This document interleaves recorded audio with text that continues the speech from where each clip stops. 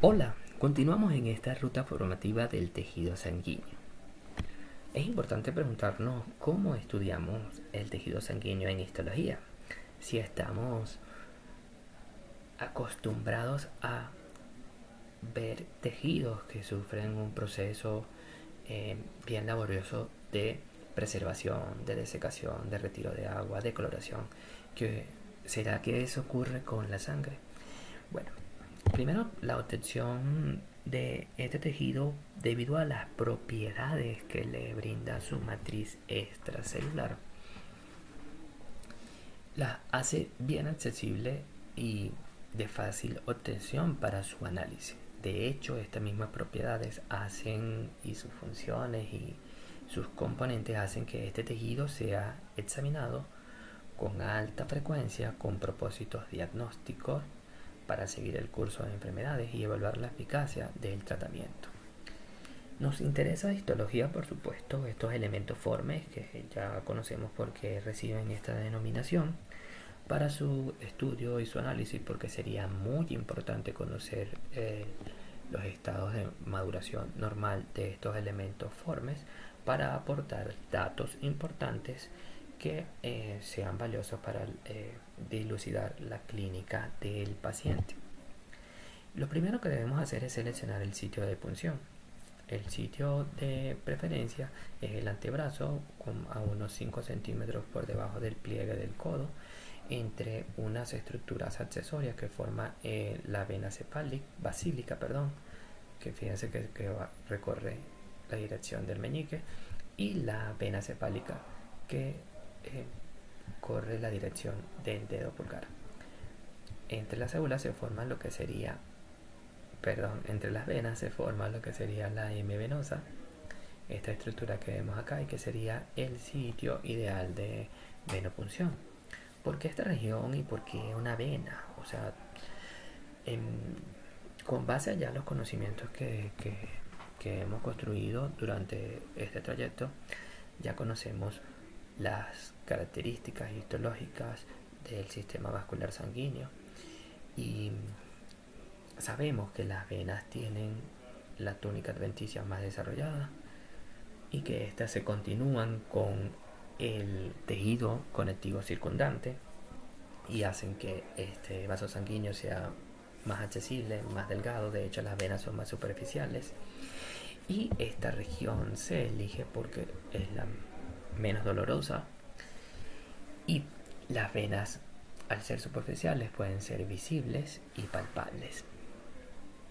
Pero existen otras regiones como el dorso de la mano y otras regiones que las verán con más detalles durante los estudios de anatomía. De hecho, la cátedra de anatomía y embriología de la Escuela de Bioanálisis dicta talleres y cursos de toma de muestras que sería importante que lo siguieras. Ok, una vez que tenemos ya el sitio elegido de venopunción, el procedimiento es colocar un torniquete y desinfectar y hacer la asepsia de la región del antebrazo donde vamos a hacer la punción. Una vez estamos seguros ya de la región, no volvemos a tocar el sitio donde hicimos la asepsia y realizamos la venopunción. Una vez tenemos cateterizada la vena, retiramos el torniquete y empezamos el llenado de los tubos en el orden indicado. Mezclamos los tubos que se deben de mezclar y seguimos los protocolos de descartes de material siguiendo los pasos de bioseguridad. Este procedimiento es muy importante que se siga porque para una buena calidad de análisis y una buena calidad de muestra, el procedimiento debe ser de calidad. Entonces deben respetarse algunas cosas que están establecidas. Por ejemplo, el torniquete no debe permanecer más de 1 minuto puesto durante el procedimiento. Para el procedimiento de venopunción tenemos el sistema Vacutainer, que es el sistema cerrado y está conformado por 3 partes. El holder o soporte, que también es llamado camisa, se usa para asegurar la aguja y para insertar y sacar los tubos. Tenemos la aguja Vacutainer, que es doble, una aguja para la venopunción y una aguja para pinchar la goma del tubo. Y tenemos por último los tubos Vacutainer, que vienen con colores estándares siguiendo estándares internacionales y con un vacío predeterminado para lograr la extracción.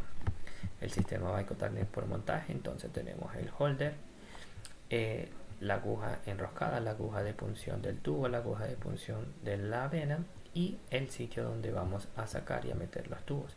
Una de las ventajas es que es un sistema cerrado y que desde una misma punción podemos hacer llenado de varios tubos. Los tubos vienen identificados con colores y con la capacidad de llenado.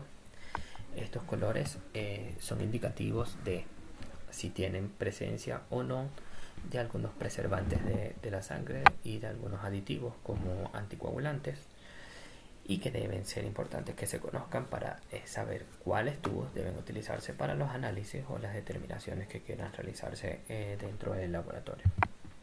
El otro sistema que se utiliza es el sistema de inyectadora. Una de las ventajas que sería es que tenemos la aguja, una capucha de protección y acá un pivote o cono. Cuando insertamos la aguja en la vena, se llena por capilaridad la aguja, y el pivote o este cono acá se llena de color rojo, pues debido a los eritrocitos o la hemoglobina que contienen los eritrocitos, y de esta forma sabemos que está en vena.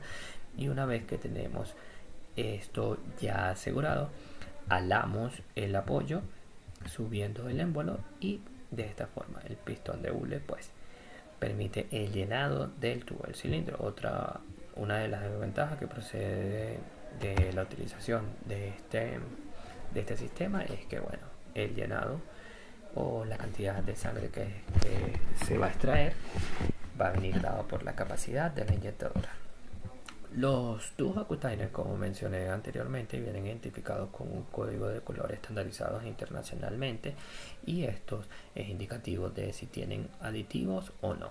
Importantísimo que sepamos la diferencia entre lo que obtenemos de la extracción en cada tubo, más si eres estudiante de análisis y si serás un futuro colega. Entonces, los tubos tapa roja no tienen aditivos. Los tubos tapa amarilla tienen un gel o activadores. Los tubos que son como anaranjados, de tapa anaranjada, tienen activadores de la coagulación. Y tenemos los tapas azules, los lilas, los verdes, el negro y el gris, que tienen aditivos. Estos aditivos son anticoagulantes, y estos anticoagulantes lo que hacen es preservar la sangre a que se mantengan de forma líquida y fluida, como se mantiene en los confines de la luz de los vasos sanguíneos.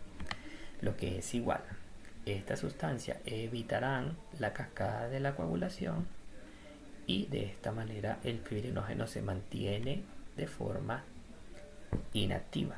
Mientras que los tubos que no tienen aditivos o los que tienen activadores de la cascada de la coagulación harán que se active el fibrinógeno y la fibrina atrape a los elementos formes, y que se obtiene de estos tubos suero.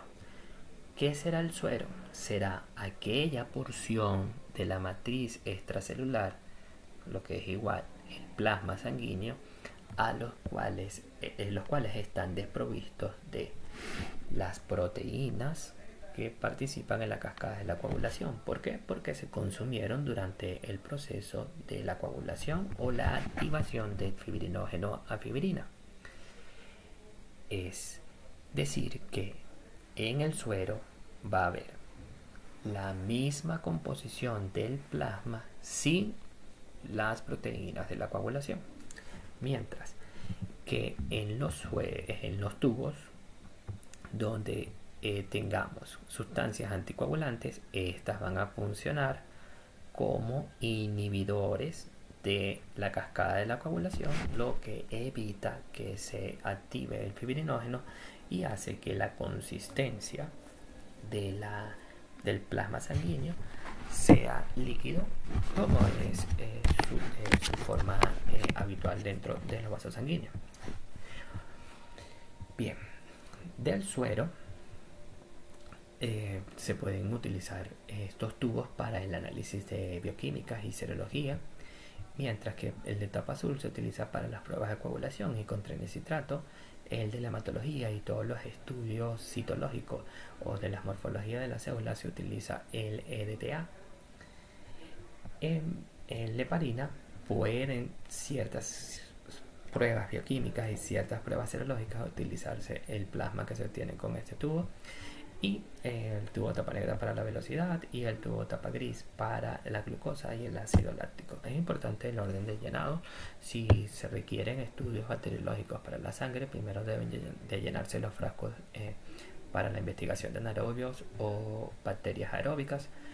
El segundo tubo que se llenaría sería el tubo de citrato, que se utilizaría para las pruebas de coagulación. Vendrían luego los tubos tapa amarilla o tapa rojo, las que no tienen aditivos o activadores de la cascada de la coagulación, y le sigue los tubos que tienen anticoagulantes como el EDTA, la velocidad, la heparina, y finalmente este tubo para o esta jeringa impregnada con heparina también, que se utiliza para el estudio de la gasometría o de los gases venosos o arteriales. El EDTA será el tubo que utilizaremos para hacer los extendidos de frote y de sangre periférica para el estudio de las células o elementos figurados de la sangre. Para hacer el frote o el extendido necesitamos dos portaobjetos. Una vez tenemos extraída la muestra sanguínea, ya sea en el tubo tapa morada con EDTA, que es el mismo que se utiliza para la hematología, depositamos una gota sobre uno de los portaobjetos y deslizamos otro portaobjeto con un ángulo de aproximadamente 30 grados y los deslizamos hacia la porción opuesta para hacer un extendido de esa gota sanguínea. Una vez que se tiene el extendido, debe de tener esta estructura convexa de esta región. Se seca, lo rotulamos y pasan al proceso de coloración. Es importante que durante el extendido tenga esta forma, que sería la correcta para el estudio, ya que aquellas que presenten flequillos o formas no continuas, cortas o muy largas, son incorrectas para hacer el estudio el extendido o análisis del extendido del frote de sangre periférica. Los colorantes o las tinciones que se utilizan para el estudio de los elementos figurados de la sangre derivan de una tinción llamada Romanowsky, que es la que se utilizan para hematología. Estas técnicas de Romanowsky sirven de modelo para varias tinciones que, a pesar de que poseen el mismo principio y fundamento y son similares, ofrecen algunas ventajas para la identificación de células. Los componentes que están presentes en este colorante son el colorante ácido, la eosina, que ya hemos conocido, pero en vez de hematocilina como colorante básico tendremos al azul de metileno. Muy importante, porque este azul de metileno provoca o sufre procesos de metacromacia debido a la presencia de algunas estructuras dentro de las moléculas que conforman a los elementos figurados de la sangre, y es importantísimo o valioso para la identificación. Entonces, la coloración o la tinción de Gray, los componentes que vimos anteriormente, la eosina y el azul de metileno, están disueltos en medio alcohólico, mientras que el ginseng está en medio acuoso. Esto ofrece una ventaja 1. Los extendidos, esto que vemos acá, una vez que hacemos los extendidos, los secamos y los rotulamos. Si utilizamos ginseng, debemos fijarlo con metanol, que es un alcohol. Sin embargo, en Gray, al estar disuelto en un medio alcohólico, el colorante, una vez se sirve sobre el extendido, ya sirve para fijar y colorear las estructuras. que es lo que vemos en este otro ítems.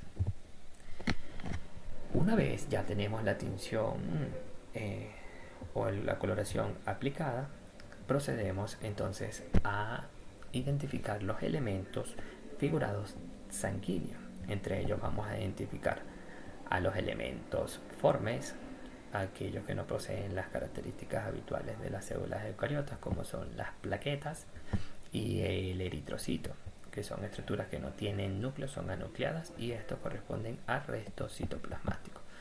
Entre los leucocitos tenemos a los que tenemos aquí a la derecha, son los granulocitos, o sea que poseen gránulos específicos. Gránulos específicos, gránulos que solo lo poseen ellos dentro de su proceso de diferenciación y lo dotan para cumplir las funciones que deben cumplir en el tejido conectivo. Tendremos basófilos, eosinófilos y neutrófilos. Fíjense que si es basófilo es porque fija al colorante básico, eosinófilo fija al colorante ácido, neutrófilo fija en variedades o a variedades distintas ambos colorantes dentro de su citoplasma, pero esto es debido a la constitución de los gránulos que poseen dentro de su citoplasma.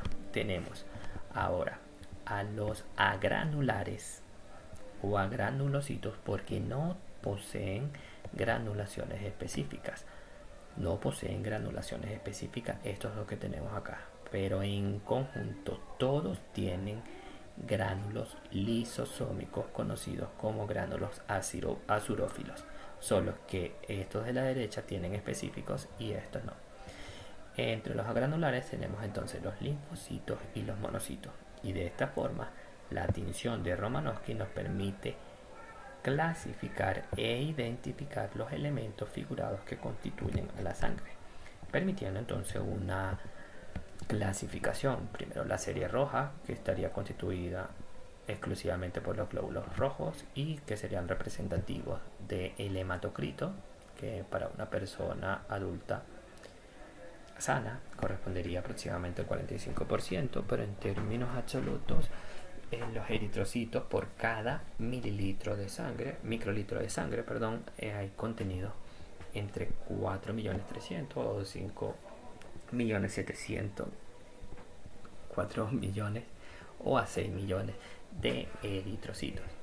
La serie blanca, que corresponde al 1% de la sangre total analizada, va a estar compuesta por plaquetas o glóbulos blancos. Y las plaquetas, también conocidas como trombocitos, van a estar presentes entre 150.000 o 450.000 plaquetas por microlitros de sangre analizado.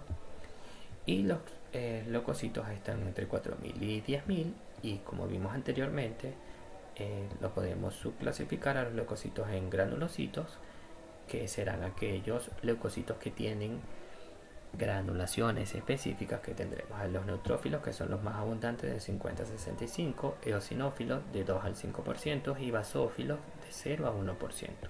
Los agranulocitos, que son los linfocitos o los monocitos, y reciben esta clasificación porque no tienen granulaciones específicas. El más abundante de los agranulocitos es el linfocito con 25 a 35% y el monocito de 5 a 10%. Otra clasificación es en función a la forma del núcleo.